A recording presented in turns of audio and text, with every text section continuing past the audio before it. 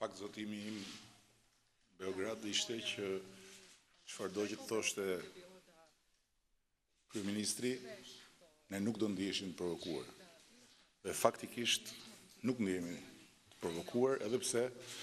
siç e theksova, në çështjen e Kosovës ndajmë qëndrime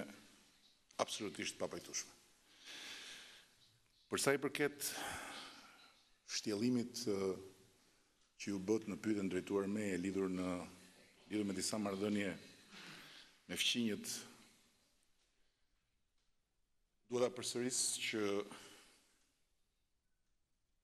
për ne marrëdhënia e shqiptarëve me serbët është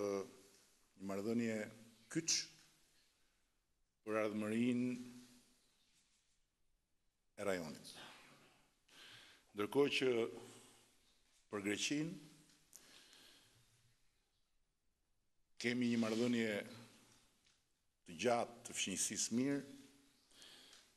kemi një partneritet të nënvizuar strategjik dhe nuk kemi absolutisht asnjë lloj problemi me qeverinë e Athinës. Unë e kam uruar kryeministrin Tsipras, e kam ftuar për një vizitë në Tiranë, do të isha i lumtur të vizitoja Athinën dhe nga ana tjetër nuk shoh asnjë arsye në botë që as Athina dhe as qarqe mendimtarësh ose politikanësh në Tiranë të çuditen pse shteti shqiptar kërkon nga autoritetet greke, bazuar në praktikat rutinore të diplomacisë dhe të drejtës ndërkombëtare, informacion për kërkimet në det. Ndërkohë që s'është sekret dhe nuk ka filluar me qeverinë e re të Athinës, përpjekja jonë për të gjetur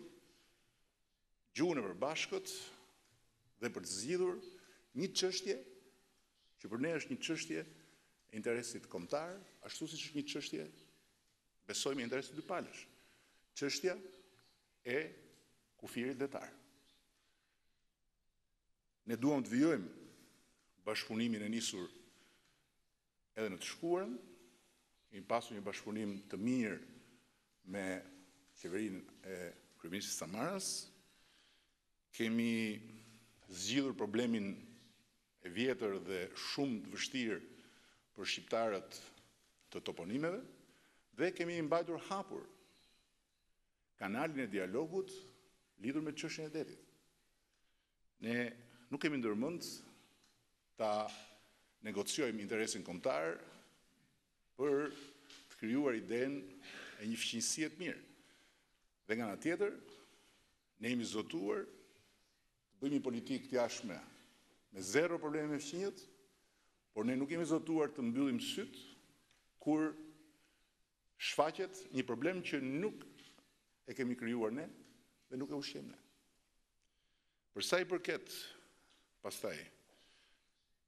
çështjes që lidhet me zgjedhjen e nënkryetarit të Parlamentit të Shqipërisë, ashtu siç ne nuk e imagjinojmë që i tregojmë Athinës se kë duhet zgjedhi në krye të Parlamentit apo në nën-krye të Parlamentit, apo se kë duhet përfshi në qeverinë sovrane, ashtu dhe nuk imagjinojmë dot që Athina apo kushdo kryeqytet tjetër na tregojë ne se si duhet veprojë Parlamenti i zgjedhur nga populli sovran. Kështu që besoj që Kjo është një çështje e qartë për ne, duhet jetë e qartë për gjithë,